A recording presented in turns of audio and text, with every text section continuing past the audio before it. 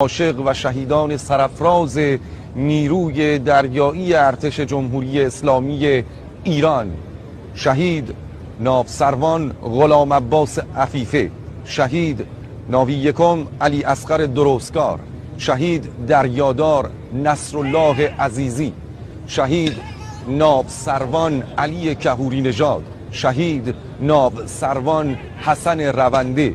و شهید دریادار محمد ابراهیم همتی و شهید ناوسروان حمید قهرمانی و دهها شهید و صدها شهید سرفراز دیگر که در حراست و حفاظت و پاسداری از آبها و مرزهای دریایی کشور عزیزمان ایران عاشقانه بر قلب دشمن تاختند و این آرامش و امنیت را به همه ما هدیه دادند. یاد و خاطره همه شهیدان سرفراز را گرامی می‌داریم.